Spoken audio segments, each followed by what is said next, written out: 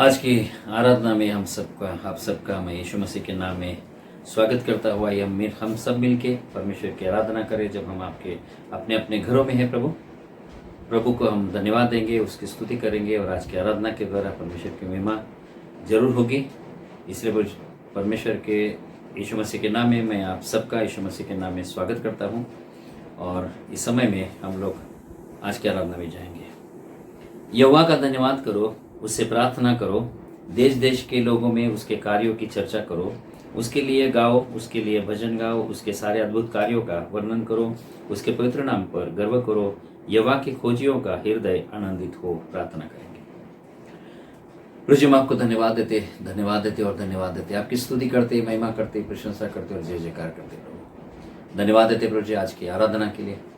फिर एक बार सुंदर समय आपने हमें दिया है प्रभु, ताकि प्रभु जी जब भी हम अपने अपने घरों में हैं तो मिलकर आपकी आराधना करने के लिए आप हमें सहायता कीजिए। आज की आराधना आपकी महिमा के लिए हो, आपकी जय जयकार हो। प्रभु जी धन्यवाद देते प्रभु जी, आपने हफ्ता भर हम सबको संभाला, सहायता के अनुग्रह दिया, आपने हम पर अनुग्रह करके, दया करके प्रभु जी आपने हमारी सारी जरूरतों को पूरा किया, आशीषित किया। और प्रभु जी हमें रोज रोज संभाला, हम आपकी स्तुति करते, हमें चंगाई में रखा, हम आपकी महिमा करते। प्रभु जब भी हम आपके पास आए, आपने हमारी सारी विनतियों को सुना, हम आपकी स्तुति करते। प्रभु जी हम प्रार्थना करते हैं, आज की आराधना आपके हाथ में देते हैं प्रभु। और प्रभु जी हमें सहायता कीजिए कि आत्मा से और सच्चाई से आपकी आराधना करें। इसलिए पवित्र आत्मा को हम आमंत्रित करते हैं प्रभु कि हम मिलकर आपकी महिमा करें और आपकी स्तुति हो। प्रभु जी आज का वचन और प्रभु आज के गीत और प्रभु जी जो बाइबल रीडिंग होगा, प्रार्थना होगी, सारी बातें आपके हाथ में देते प्रभु जी।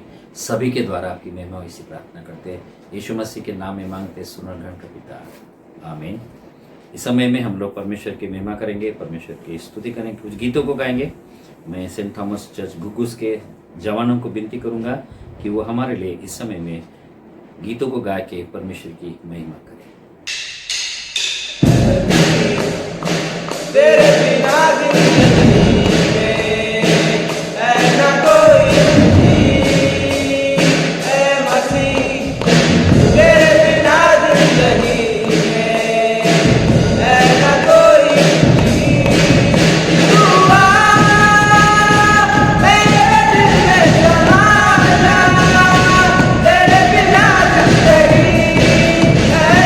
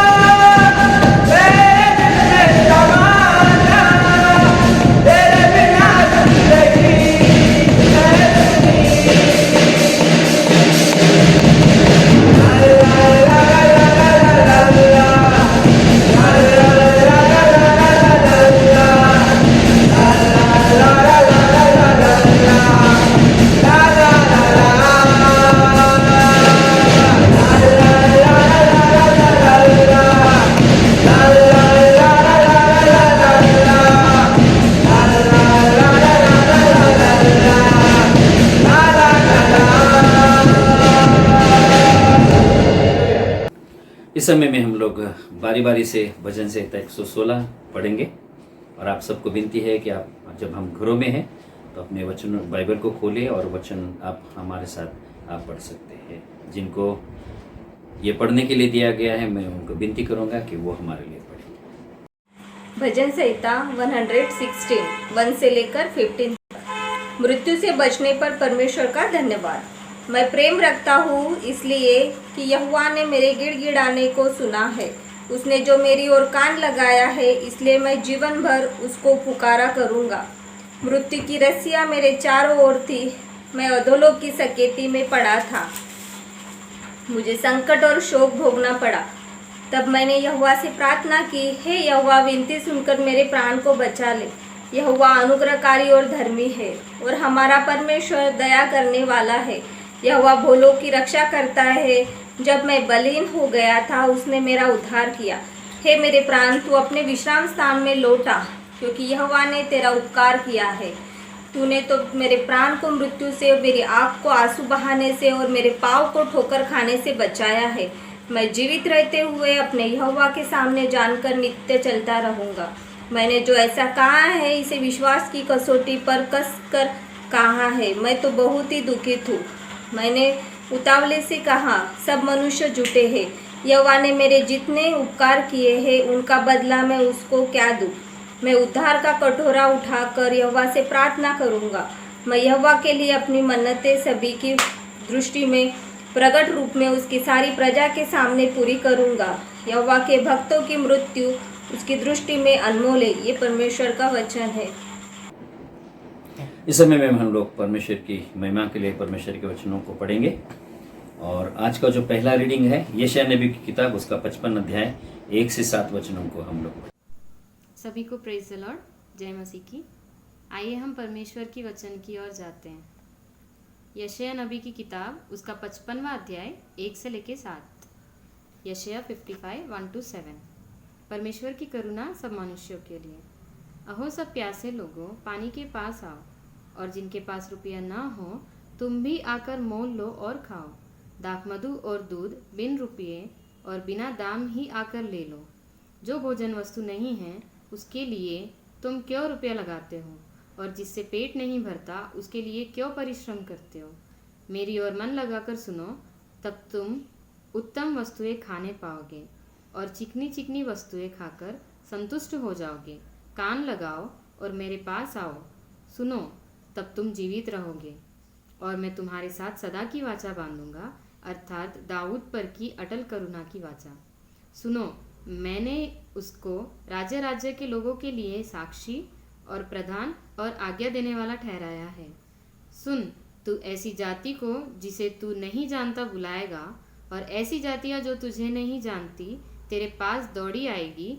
वे तेरे परमेश्वर यहोवा और इस्राएल के पवित्र के निमित्त यह करेगी, क्योंकि उसने तुझे शोभायमान किया है। जब तक यहोवा मिल सकता है तब तक उसकी खोज में रहो। जब तक वह निकट है तब तक उसे पुकारो। दुष्ट अपनी चाल चलन और अनर्थकारी अपने सोच विचार छोड़कर यहोवा ही की ओर फिरे। वह उस पर दया करेगा। वह हमारे परमेश्वर की ओर फिरे और वह पूरी रीति से उसको क्षमा करेगा। ये परमेश्वर का वचन है। परमेश्वर इन वचनों के द्वारा आप सबको आशीषित करे। आमीन। जो दूसरा रीडिंग है जो नए नियम से लिया गया है वो रोमियो की पत्री उसका 6वां अध्याय 1 से 11 वचनों को इस समय में हम लोग सुनेंगे। सबको प्रेज द लॉर्ड। आज का वचन है रोमियो की पत्री इसका 6वां अध्याय 1 से लेके 11 तक। तो हम क्या कहें? क्या हम पाप करते रहे कि अनुग्रह बहुत हो? कदापि नहीं। हम जब पाप के लिए मर गए तो फिर आगे को उसमें कैसे जीवन बिताए? क्या तुम नहीं जानते कि हम सब जिन्होंने मसीह यीशु का बपतिस्मा लिया उसकी मृत्यु का बपतिस्मा लिया, अतः उस मृत्यु का बपतिस्मा पाने से हम उसके साथ गाड़े गए, ताकि जैसे मसीह पिता की महिमा के द्वारा मरे हुओं में से जिलाया गया वैसे ही हम भी नए जीवन की सी चाल चले।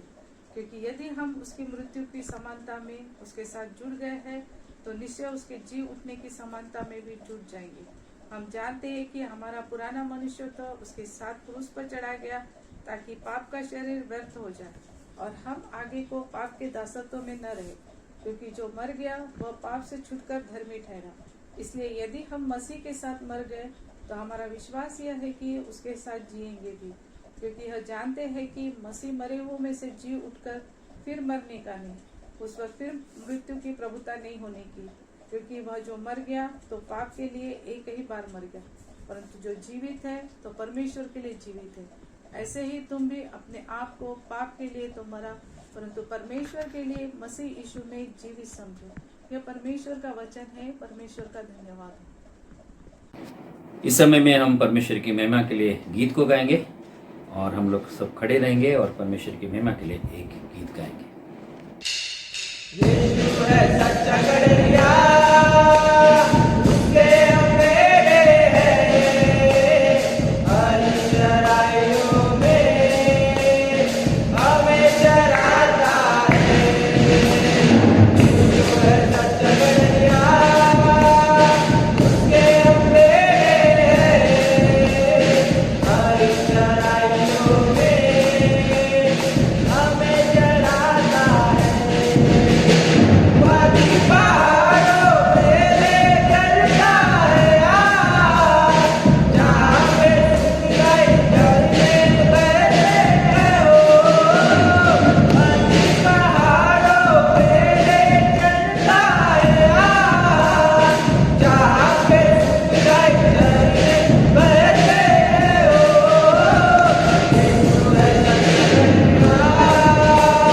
उसके अंधेरे हर चराइयों में हमें चराता है। सच्चा गड़रिया, उसके अंधेरे हर चराइयों में हमें चराता है।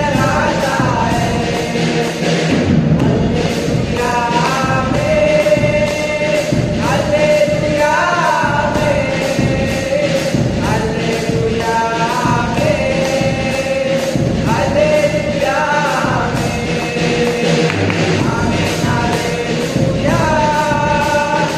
आमीन हालेलुया आमीन हालेलुया आमीन हालेलुया आमीन हालेलुया।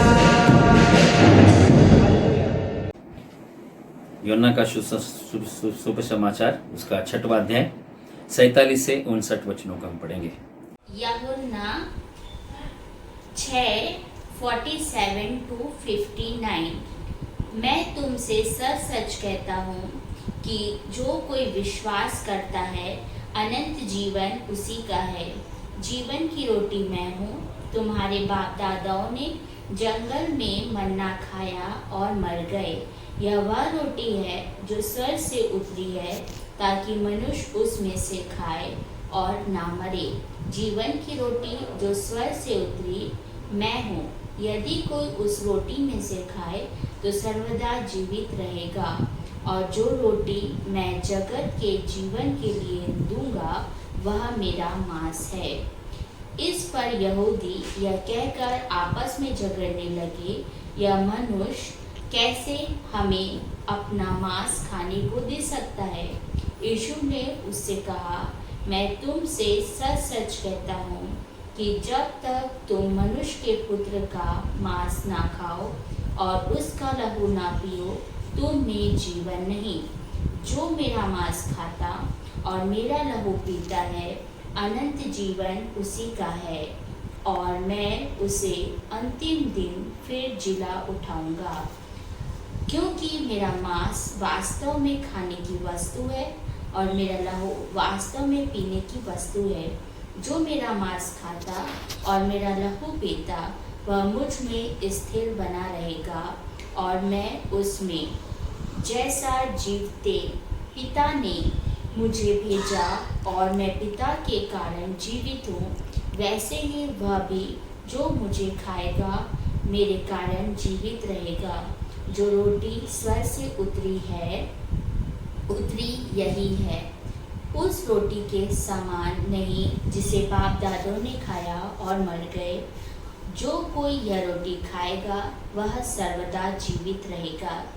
ये बातें उसने कफरनहूम के एक आराधनालय में उपदेश देते समय कही। यह परमेश्वर का वचन है। परमेश्वर के वचन के लिए धन्यवाद। आइए हम दुआ करेंगे आज के वचनों में जाने के पहले। प्रभु जी, हम आपको धन्यवाद देते, आपकी स्तुति करते और आपकी महिमा करते हैं। फिर एक बार सुंदर समय आपने हमें दिया है ताकि प्रभु जी हम आपके वचनों को सुने। प्रभु जी, हम प्रार्थना करते हैं आपके पवित्र आत्मा की ओर से हम सबको अगुवाई कीजिए ताकि हम आपके वचनों को समझ सके। यीशु के नाम से मांगते सुनो धन्य पिता, आमीन। आज का जो विषय है वो विषय है बपतिस्मा और प्रभु भोज, बैप्टिज्म एंड लॉर्ड सपर। ये जो दो बातें हैं उसके ऊपर आज हम ध्यान केंद्रित करेंगे। ये जो विधि है, चर्च में बहुत सारे विधि होते हैं, उसमें से ये दो विधि हैं और ये जो विधि है वो परमेश्वर के अनुग्रह से, परमेश्वर की दया से हमें प्राप्त हुई है। आज जो चर्च के जो विधि है वो कैसे होना चाहिए वो लोगों का अलग अलग सोच है और इसके वजह से आज हम अगर देखेंगे तो कलीसिया में एकता खंडित होती जा रही है। आज हमारी जो प्रतिमा बाहर के लोगों में उतनी अच्छी नहीं है क्योंकि आपस में हमारा झगड़ा है और हमारा जो बैप्टिज्म कैसे लेना चाहिए और प्रभु भोज कैसे लेना चाहिए उसके बारे में हमारे जो कलीसिया है उसमें बहुत सारे मतभेद हैं। लेकिन ये परमेश्वर की दया से हमें मिले हैं। हम उसको कैसे करते हैं, बपतिस्मा कैसे लेते हैं या प्रभु भोज कैसे लेते हैं, उससे इम्पोर्टेंट है कि हमारा जो ये विधियां हैं वो हमारे जो आत्मिक उन्नति है उसके लिए बहुत महत्वपूर्ण बात है। आज हमारे आजू बाजू में अगर हम लोग आज की बात देखेंगे तो मौत का साया हमें दिखाई देता है क्योंकि दुनिया में दो शक्तियां काम करती हैं। उसमें से शैतान की जो शक्ति है वो भी काम करती है और आज अगर हम लोग देखेंगे काबुल में तो बहुत सारे लोग मर रहे हैं, बहुत सारे लोग तकलीफ में हैं और बहुत सारे लोगों को तकलीफ हो रही है। दुनिया में कुछ लोग हैं जो शैतान के ओर से काम कर रहे हैं और कुछ लोग हैं जो परमेश्वर के काम को कर रहे हैं। लोगों को नया जीवन मिले, लोगों का जीवन अच्छा हो, लोगों को भरपूर जीवन मिले, इसलिए भी बहुत सारे लोग काम कर रहे हैं। लेकिन ये सारी परिस्थिति जो है उसमें आज हमको सोचना पड़ेगा कि हम कहाँ पे हैं, हम कौन से ग्रुप में हैं। हम शैतान की ओर से काम कर रहे हैं या हम यीशु मसीह के लिए काम कर रहे हैं, उसके बारे में हमें सोचना पड़ेगा। आज अगर हम समाज की बात देखेंगे तो समाज में जो लोग हैं वो ऐसी भावना दूसरों के लिए अच्छी भावना नहीं है। आज समाज और लोग स्वार्थी हो गए, बहुत सारा स्वार्थ लोगों के मन में है और सब लोग अधिकार और बड़ापन इसके पीछे है। लेकिन ये सारी बातें हैं वो हमें यही छोड़ना है। आज अगर हम लोग गांव की बात करेंगे तो गांव में भी हमें ये बात दिखाई देती है कि बहुत सारी बातें गलत हो रही है क्योंकि जो नैसर्गिक स्रोत थे, जो नेचर के द्वारा हमें मिले थे, उसको लोग ख़त्म कर रहे हैं। इसके वजह से गांव के जो लोग हैं वो लोग भी वो तकलीफ में हैं और लोग मर रहे हैं, उनको काम नहीं है। डेवलपमेंट के नाम पर आज धोखाधड़ी हो रही है। जो डेवलपमेंट है, लोगों की आत्मिक उन्नति होना चाहिए, वो डेवलप होना चाहिए, उसके बारे में आज लोग सोचते नहीं हैं। इसीलिए आज इसके वजह से जो लड़ाई है वो लड़ाई शुरू है, force of the death and force of the abandoned life.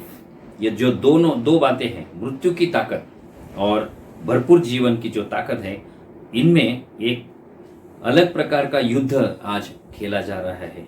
और ये जो युद्ध है, उस युद्ध में कुछ लोग जो फोर्स ऑफ डेथ है उसके लिए काम कर रहे हैं और कुछ लोग हैं जो फोर्स ऑफ अबैंडेंट लाइफ, लोगों को भरपूर जीवन मिले, उसके लिए काम कर रहे हैं। और ये अच्छी बात नहीं है क्योंकि लोग आज कठिनाई में हैं, तकलीफ में हैं। ये सारी बातें हमें लोगों के जीवन में दिखाई देती है। कुछ लोग मृत्यु की ताकत का इस्तेमाल कर रहे हैं और कुछ लोगों को जीवन मिले इसलिए काम कर रहे हैं। आज परमेश्वर उनके साथ खड़ा है जो लोगों को भरपूर जीवन देना चाहते हैं। प्रभु चाहता है कि लोगों को भरपूर जीवन मिले और कुछ ही लोग हैं लेकिन आज हम लोग ये बात को देखते हैं कि कलीसिया में अशांति है, कलीसिया में अच्छी बातें है लेकिन उसके साथ साथ जो बुरी बातें हैं, आपस में बैर है, आपस में प्यार नहीं है, वो सारी बातें हमें वहाँ पर दिखाई देती है। लोगों को जीवन मिले, भरपूर जीवन मिले, इसके लिए बहुत लोग काम नहीं करते, कुछ थोड़े लोग हैं वो लोग काम करते हैं। हम हमेशा प्रभु की प्रार्थना करते हैं लेकिन ऐसा कहते हैं कि परमेश्वर का राज्य आए, लेकिन आज हम ये बात को देखते हैं कि लोग अपना राज्य स्थापित करने की कोशिश करते हैं। वो बात नहीं होना चाहिए। लोगों को जीवन मिलना चाहिए, लोगों को क्षमा करना पड़ेगा, लोगों को प्यार करना पड़ेगा। ये सारी बातें हमें ये जीवन में करना पड़ेगा। इसलिए जो विधि है, वो विधि जो बपतिस्मा है, प्रभु भोज है, वो विधि कैसे करते हैं उससे इम्पोर्टेंट है कि लोग नया जीवन पाते, उद्धार पाते या नहीं पाते, उसके बारे में हमें सोचना पड़ेगा। पिछले रविवार को हमने यीशु मसीह के जीवन की रोटी हूँ ऐसा उसने कहा, उसके बारे में देखा, और आगे उसी बात को आज जो वचन है वो आगे हमें बढ़ता हुआ दिखाई देता है। मनुष्य को छुटकारे के बारे में हम लोग यहाँ पर देखते हैं। आज बहुत सारे लोग शैतान के बंधन में हैं और वो जो ताकत है, मृत्यु की ताकत है, उसके वश में भी बहुत सारे लोग हो रहे हैं। हमें जीवन मिले इसलिए उसने अपने शरीर को उस सलीब पर तोड़ा और इसीलिए उसने कहा कि मैं जीवन की रोटी हूँ। आज अगर हम लोग चर्च की बात करेंगे तो चर्च में जो नियम बनाए गए हैं प्रभु भोज के बारे में और बपतिस्मा के लिए बारे में, ये नियम इम्पोर्टेंट नहीं है। लोग पश्चाताप करें, लोग बपतिस्मा ले, वो लोग प्रभु भोजन ले, और जो प्रभु भोजन लेना है वो हमारे लिए बहुत अच्छी बात है। इसीलिए कुछ दो बातों को आज हम देखेंगे और दो बातें हम यहाँ पर देखेंगे कि यीशु मसीह ने कहा कि मैं जीवन की रोटी हूँ। यीशु मसीह जीवन की रोटी इसलिए वो ऐसा कहता है क्योंकि हम लोग पिछले रविवार को ही देखा कि प्रभु चाहता है कि सारे लोगों को रोटी मिले, कोई भूखा ना रहे, और उसमें भेदभाव नहीं होना चाहिए था। उसके बारे में हमने वहाँ पर देखा है। आज भारत देश के लोगों को और खास तौर से मसीह लोगों को फिर एक बार पश्चाताप करने की ज़रूरत है, फिर एक बार प्रभु के पास आने की ज़रूरत है, क्योंकि अभी तक हमारे मन में बदलाव नहीं आया, हमारा एटीट्यूड नहीं बदला, हमारा स्वभाव नहीं बदला, हमें लोगों के लिए प्यार नहीं। यीशु मसीह इतना परमेश्वर का बेटा, महान बेटा होने के बावजूद भी हमारे लिए इस दुनिया में आया, उसने अपनी जान दी, वो हमारे लिए मरा। इसलिए मरा क्योंकि हमें जीवन मिले, और इसीलिए यीशु मसीह का अगर हम बात करेंगे तो रोटी और पानी के बिना हम मर जाएंगे, और यीशु मसीह कहता है कि मैं जीवन की रोटी हूँ। और यीशु मसीह ये चाहता है कि रोटी और पानी लोगों को भरपूर मिले ताकि लोग जीवन पाए। जो रोटी यीशु मसीह ने कहा कि जो रोटी मैं देता हूँ वह जीवन देता है, और उसको हम अलग अलग तरीके से समझ सकते हैं, यानी इसको हम समझ सकते हैं। इसलिए दो बातों को देखेंगे। पहली बात यह है, यीशु मसीह का जो वचन है, शब्द है, वो सामर्थ्यशाली है, और यीशु मसीह का जो वचन है हमें सामर्थ्य देता है, शक्ति देता है कि हम जो मृत्यु का ताकत है उसे लड़ाई कर सके। इसलिए आपको वचनों में रहना पड़ेगा, वचन को पढ़ना पड़ेगा, और वचन को अपने जीवन में लाना पड़ेगा। सिर्फ पढ़ने से नहीं होगा, लेकिन उसको अपने जीवन में लाना पड़ेगा। जब लोग चंगाई पाते हैं तो परमेश्वर के वचन को सुन के ही लोग चंगाई पाते हैं, क्योंकि बाइबल कहता है कि ये वचन मज्जा और तंतु सबको भेद के अंदर जाता है और उसको वो चंगाई देता है। इसीलिए प्रभु चाहता है कि जब हम वचन पढ़ेंगे, वचनों में रहेंगे, तो आपको शांति मिलेगी, आपको आनंद मिलेगा और एक आशा मिलेगी। ये तो तीन बातें हैं। प्रभु चाहता है हमारा जब हम अपने जीवन को जीते हैं तो हम लोग हमेशा शांति के लिए प्रार्थना करते हैं, हम हमेशा चाहते हैं हम आनंदी रहे और एक आशा के साथ जीते हैं कि कल का दिन मेरे लिए बहुत अच्छी आशीर्षित होगा, अच्छा होगा, ऐसा करके हम लोग जीते हैं। इसीलिए प्रभु चाहता है, परमेश्वर हमको ये सारी बातें देना चाहता है। वो कब हमको मिलेगा? जब हम परमेश्वर के वचन को अपने जीवन में लाएंगे, हमारा स्वभाव बदलेगा, हम आदर करना सीखेंगे, हम एक दूसरे के साथ मेल मिलाप के साथ रहेंगे। यीशु मसीह ने परमेश्वर के साथ हमारा मेल मिलाप यीशु मसीह के द्वारा हुआ है। इसलिए प्रभु चाहता है कि हम भी एक दूसरे के साथ अपना मेल मिलाप करें, क्षमा करें और मेल मिलाप से रहे। और जो आशा रहित हैं उन्हें आशा देना हमारा काम है। बहुत सारे लोग हैं जो आशा रहित है और वो लोग फिर गलत बातों को चूज करते हैं और मर जाते हैं। इसीलिए यीशु मसीह जीवन देने के लिए आया। बहुत सारे लोग आज जीवन में हार गए हैं, उनका जीवन अच्छा नहीं है।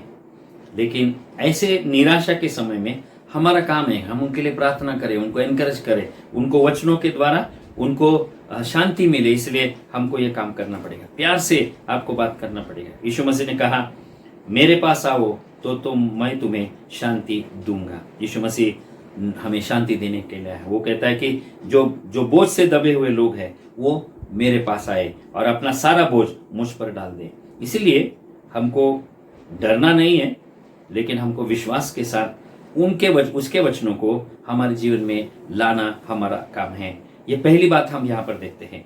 दूसरी बातें हम यहाँ पर देखते हैं कि यीशु मसीह का जो शरीर और लहू है, ये जो यीशु मसीह ने अपना शरीर दिया और अपना लहू बहाया, यीशु मसीह ने अपनी जान उस सलीब पर दी ताकि हम जीवन पाए, हमें जीवन मिले, हमको भरपूर जीवन मिले। वह परमेश्वर से मेल मिलाप करवाना चाहता है और परमेश्वर को जब हम ढूंढेंगे तो वो मिलेगा हमें। यीशु मसीह के पास हमारी सारी तकलीफों को हम लेके जा सकते हैं, कभी भी जा सकते हैं। यीशु मसीह ने हमारे लिए उस सलीब पर अपनी जान दी, अपना जो शरीर है उस शरीर को तोड़ा और उसने अपना लहू बहाया।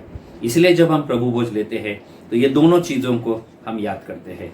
इसीलिए मैंने कहा कि हम कैसा उसको लेते हैं, उससे इम्पोर्टेंट ये है कि परमेश्वर की दया से ये विधि हमें प्राप्त हुआ है। और यीशु मसीह ने कहा कि जब तक मैं नहीं आऊँगा तब तक मैं ये जो विधि है वो चलता रहेगा। और प्रभु चाहता है कि जब हम ये विधि को लेते हैं तो शुद्धता से लिए, अपने मनों को साफ करें, हम क्षमा करें, पश्चाताप करें और क्षमा की प्रार्थना हम परमेश्वर को रोज रोज करते जाएं। रोज हमें साफ होना पड़ेगा। प्रभु भोज इसलिए है कि हम एक हो जाए। प्रभु चाहता है कि हम एक हो जाए, इसलिए एक प्याला हम लोग प्रिपेयर करते हैं। इसलिए हमारा जो स्वभाव है वो हमारा स्वभाव अलग अलग हो सकता है, लेकिन हमको आज बदलना जरूरी है। प्रभु भोज इसलिए है कि हम एक हो जाए। प्रभु चाहता है कि हम एक हो और इसीलिए हमको पश्चाताप करना पड़ेगा। आज अगर हम लोग ये दो बातों के बारे में जो देखा है कि हमने बपतिस्मा के बारे में देखा और प्रभु भोज के बारे में देखा है। प्रभु भोज हमारे लिए इम्पोर्टेंट है, महत्वपूर्ण है, लेकिन बपतिस्मा भी हमारे लिए इम्पोर्टेंट है। प्रभु चाहता है कि हमारा जो जीवन है वो बदल जाए, हमारा जीवन बदलना चाहिए। प्रभु बदलना चाहता है, लेकिन हम सुनते नहीं। इसलिए मराठी में एक गाना है, किती मी हट्टी ऐके न वाणी माझीच इच्छा नहीं में। हम लोग हमारी इच्छाओं को पूरा करने की कोशिश करते हैं। परमेश्वर की इच्छा जब आप पूरा करना सीखेंगे तो आपका जीवन आशीषित होगा, आपका समस्या दूर हो जाएगा और परमेश्वर की महिमा आपके जीवन के द्वारा होते रहेंगे। आप निराश नहीं होंगे, दुखी नहीं होंगे, आपको तकलीफ नहीं होगा। ये सारी बातें अगर भी जीवन में आती है तो भी प्रभु हमारे साथ रहेगा। परमेश्वर बहुत महान है। इसलिए आने वाले दिनों में हम कोशिश करेंगे कि हम प्रभु में विश्वास रखें। और जब भी हम लोग बपतिस्मा के बारे में सोचते हैं, कुछ लोग सोचते हैं कि हमारा बपतिस्मा बचपन में हुआ, हमारा बपतिस्मा बड़े होने के बाद हुआ। तो बपतिस्मा हुआ है ये इम्पोर्टेंट है, वो छोटेपन में हो, बचपन में हो या बड़े होने के बाद हो, बपतिस्मा होना ये अच्छी बात है। और दूसरी बात ये है कि हमारा जब प्रभु भोजन को लेते हैं तो हमारे को मन को साफ करना पड़ेगा। आज हम एक सवाल हम खुद को पूछें कि हम किसके बाजू से खड़े हैं, यीशु मसीह के साथ खड़े हैं या शैतान के साथ खड़े हैं। अगर हम यीशु मसीह के साथ खड़े हैं तो हम लोगों को क्षमा करेंगे, लोगों को नज़दीक करेंगे और उसकी जो मृत्यु की ताकत है, वो जो शैतान की ओर से मृत्यु उसके द्वारा आया है, उसकी जो ताकत है उसको हराने के लिए परमेश्वर के वचनों में हमको रहना पड़ेगा, उसको अपने जीवन में लाना पड़ेगा। फिर हमारा जीवन आशीष का कारण होगा। परमेश्वर हम सबको सहायता करें।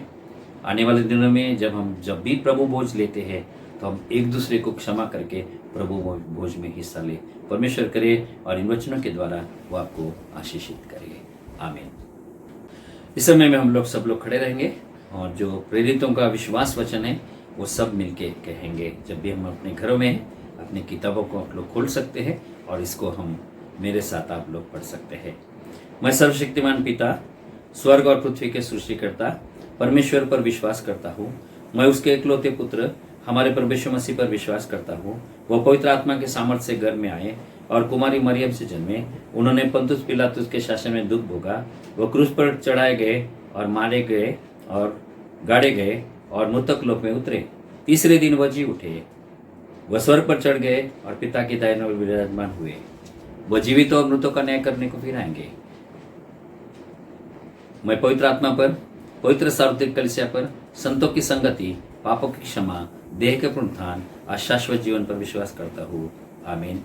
इस समय में हम लोग सूचनाओं को सुनेंगे और मैं विनती करूंगा हमारे सेक्रेटरी साहब को जो वो हमें नोटिस दें। मैं विनती करूंगा मिस्टर जयराज टांड्रा उनको कि वो हमें सूचना दें।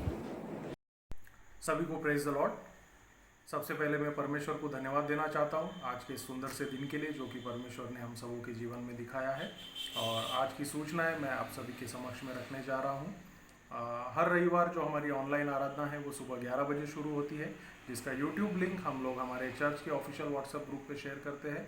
आप उस लिंक पर क्लिक करके इस ऑनलाइन आराधना में जुड़ सकते हैं। सुबह 11 बजे यदि अगर आप व्यस्त रहते हैं, अगर आप किसी कारणवश ऑनलाइन आराधना में सहभागी नहीं हो पाते, तो जब कभी आपको समय मिलता है आप उस लिंक पर क्लिक करके इस ऑनलाइन आराधना को आप देख सकते हैं। और जैसा कि आप सभी जानते हैं कि हमारे डायसिस में कुछ लगभग सभी पास्टर्स के ट्रांसफ़र्स हुए हैं और हमारे यहाँ पे रेवरेंड संजय राठौड़ साहब इनका ट्रांसफ़र हुआ है और उन्होंने दिनांक 15 अगस्त 2021 को यहाँ पर सेंट थॉमस चर्च गुगुस का चार्ज उन्होंने लिया है और दिनांक 30 अगस्त 2021 को वो यहाँ पर पार्शनेज में जो हमारा गुगुस का सेंट थॉमस चर्च गुगुस का जो पार्शनेज है वहाँ पर वो शिफ्ट होने वाले हैं। तो कृपया इस बात को आप ध्यान में रखें। और पास्टर साहब का जो फ़ोन नंबर है मैंने हमारे व्हाट्सएप ग्रुप पे शेयर किया है। अगर आपको किसी भी कार्य के लिए उनकी ज़रूरत पड़ती है तो आप उनसे फ़ोन पर संपर्क कर सकते हैं। सन 2019-20 और 20-21 का जो वोटर लिस्ट है, फाइनल वोटर लिस्ट, वो अप्रूव किया जा चुका है और हमारे चर्च के नोटिस बोर्ड पर उसे डिस्प्ले किया जा चुका है। आप जब कभी प्रार्थना के लिए चर्च में आते हैं तो आप नोटिस बोर्ड पर उस लिस्ट को आप लोग देख सकते हैं। Monthly account statement of July 2021 यानी कि जुलाई 2021 का जो मंथली अकाउंट स्टेटमेंट है उसे भी अप्रूव किया जा चुका है और चर्च के नोटिस बोर्ड पे उसे डिस्प्ले किया गया है। आप जब कभी चर्च में आते हो तो आप उस अकाउंट स्टेटमेंट को देख सकते हो। ये सब आपकी जानकारी के लिए नोटिस बोर्ड पे लगाया गया है। मुझे खुशी हो रही है इस बात की घोषणा करते हुए कि MACB का जो लोड एक्सटेंशन का प्रोजेक्ट है वो प्रभु यीशु के अनुग्रह से, उनकी दया से वो सैंक्शन हुआ है और लगभग 6,86,412 रुपये का ये प्रोजेक्ट है और ये पूर्णतः MACB के द्वारा इसका जो खर्चा है वो किया जाएगा और जिसमें कि एक ट्रांसफार्मर और चर्च कंपाउंड में पोल और लाइटिंग का कार्य पूरा होगा, जिससे कि चर्च में हमेशा रात के समय में रोशनी रहेगी और सेपरेट ट्रांसफार्मर लगने के वजह से लोड शेडिंग और वोल्टेज जो फ्लक्चुएशन का जो प्रॉब्लम होता था वो अब नहीं रहेगा। इसके लिए मैं परमेश्वर को धन्यवाद देना चाहता हूं और साथ ही साथ मैं आपको बताना चाहता हूं कि इस प्रोजेक्ट के लिए जनवरी 2021 में हमने ग्राम पंचायत का टैक्स क्लियर किया था, जो कि सन 2010 से टैक्स ग्राम पंचायत का जो भरा नहीं गया था वो पेंडिंग था। इस कार्य के लिए NOC, टैक्स पावती और 7/12 के लिए वो टैक्स जो है क्लियर करना आवश्यक था। इस वजह से जनवरी 2021 में हमने बीते 11 साल का जो टैक्स है वो क्लियर किया है और ये टैक्स क्लियर करने के लिए जितने भी लोगों ने डोनेशन दिया है उन सभी को मैं धन्यवाद देना चाहता हूँ। आप सभी के डोनेशन के माध्यम से ये टैक्स क्लियर किया गया और वो टैक्स क्लियर करने की वजह से आज तकरीबन 7 लाख रुपए का प्रोजेक्ट हमारे चर्च के लिए सैंक्शन हुआ है। ये बहुत खुशी की बात है और हमारे कलीसिया के सभी लोगों से मैं गुजारिश करता हूं कि इस प्रोजेक्ट के लिए आप लोग प्रार्थना करें और इस सप्ताह में 2 या 3 दिन के अंदर में ये कार्य जो है शुरू होने जा रहा है। काफ़ी बड़ा कार्य है, काफ़ी बड़ा प्रोजेक्ट है। इसके लिए विशेष करके आप लोग अपने व्यक्तिगत और पारिवारिक प्रार्थना में याद रखें। और साथ ही साथ मैं आप सभी से गुजारिश करता हूं कि वॉल कंपाउंड और कम्युनिटी हॉल के लिए भी आप लोग प्रार्थना में याद रखें। इस कार्य के लिए भी हमने MLA फंड और MP फंड और ACC CSR फंड और WCL CSR फंड के लिए हमने लेटर लिखा है पास्टेट कमेटी की ओर से, और मैं चाहूँगा कि आप लोग इस कार्य के लिए प्रार्थना करें और जल्द से जल्द किसी भी प्रकार की निधि से ये कार्य पूरा हो सके, सैंक्शन हो सके, इस बात के लिए आप लोग प्रार्थना करें। और आप सभी से मैं गुजारिश करना चाहता हूं कि हमारे कलीसिया में बहुत सारे लोग जो है बीमार है, रोगी है, उनके लिए आप लोग अपने प्रार्थना में याद रखें। विशेष करके मैं बताना चाहता हूं मिस्टर पेत्रस कलवल, इनके लिए प्रार्थना करें। Mr Swamidas Tandra, Mrs Kamala Tandra, Mrs Kala Madar, Mrs Rosy Madar, Mr Yohan Madar, Mrs Pushpa Atkur, Mrs Shyamala Channur, Mrs Shaila Kalwal, Mrs Veena Patil, Mrs Sunita Yesuratnam Tandra, Mr DK Sundar Rao, Mr Lazarus Mantri, Mrs and Mr Sundar Rao Baikan, Mrs and Mr Samuel Tandra, ये सभी हमारे कलीसिया के सदस्य हैं और ये इन सभी की चंगाई के लिए आप लोग अपने व्यक्तिगत और पारिवारिक प्रार्थना में याद रखें। आपके जो दान हैं जैसे कि monthly pledge, worship offering, thanksgiving, birthday offering, marriage day offering या किसी भी प्रकार का डोनेशन, जो भी दान है आप ऑनलाइन पे कर सकते हैं। हमारे चर्च का जो यूको बैंक का अकाउंट है वो हमने हमारे चर्च के व्हाट्सएप ग्रुप पे शेयर किया है। आप यदि ऑनलाइन पे करते हैं तो उसका जो स्क्रीनशॉट है पास्टर साहब, ट्रेजरर या मुझे आप सेंड करें ताकि समय पर उसकी रसीद आपको हम लोग दे सके। जो लोग ऑनलाइन पे नहीं कर सकते हैं उनसे मैं गुजारिश करता हूं कि आप लोग चर्च में आकर के दान पेटी में अपना दान जो है वो अर्पण कर सकते हैं। और साथ ही साथ मैं आप सभी को बताना चाहता हूं कि ऑनलाइन सर्विस में जब दान का गीत होता है, स्पेशली जो रविवार के दान के लिए जब गीत होता है, तो उस गीत के समय में आप जब अपने परिवार के साथ में बैठते हो तो आपके परिवार का जो दान है वो एक जगह पर एकत्रित कीजिए, जमा कीजिए और जब कभी आप चर्च में आते हो तो उस दान को परमेश्वर के भंडार में अर्पण करें।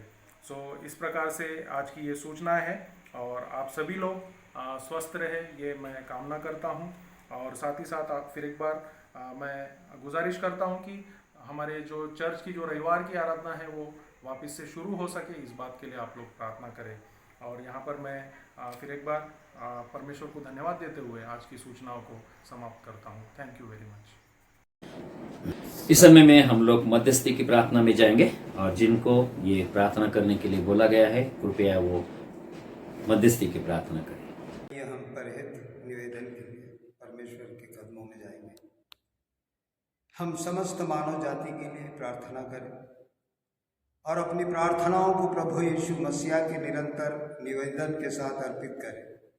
हे पिता, हम प्रार्थना करते हैं कि समस्त संसार में न्याय और शांति स्थापित हो और प्रत्येक व्यक्ति भरपूर जीवन प्राप्त करे। हे दयावान प्रभु, हमारी प्रार्थना सुनिए। उन सब लोगों के लिए जो इस गांव नगर में रहते हैं, उन सब बातों को दूर करने के लिए जिनसे आपसी फूट और झगड़े होते हैं और हमारे देश में सच्ची एकता की बढ़ती के लिए, हे दयावान प्रभु, हमारी प्रार्थना सुनिए।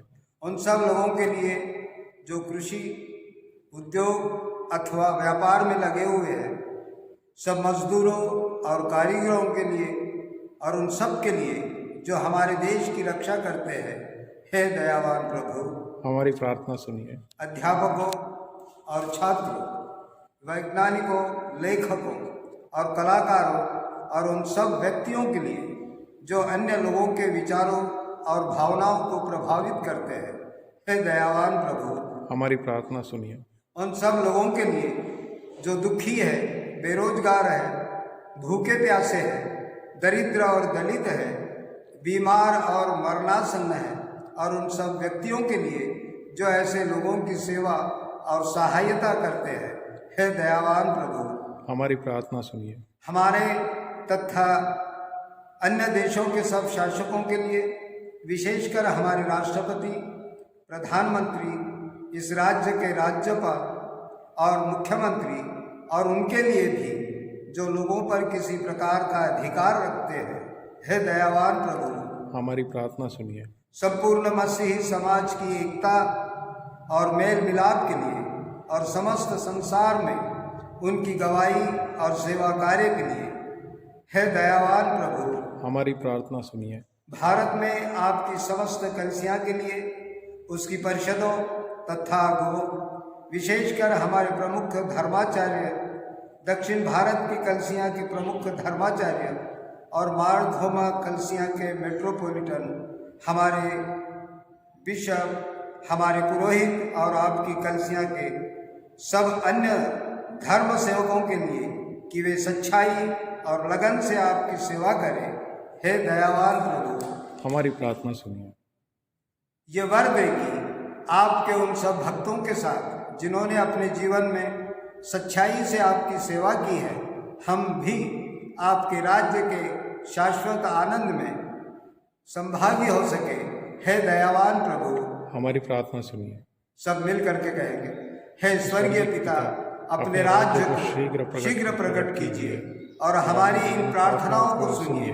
हम आपके पुत्र, अपने प्रभु और उद्धारकर्ता यीशु मसीह के नाम से ये मांगते हैं, आमीन। इस समय में हम लोग खड़े रहेंगे और परमेश्वर की महिमा के लिए गीत गाएंगे और अपना जो दान है वो परमेश्वर को देंगे। जब हम अपने अपने घरों में हैं, कृपया आपको विनती है कि आप अपने घरों में इस दान को इकट्ठा कीजिए और बाद में आप चर्च में आके वो ट्रेजरर साहब को आप दे सकते हैं। इस समय में गीत होगा और मैं विनती करूंगा कि हमारे जो यूथ है वो हमें इस गाने में मदद करें।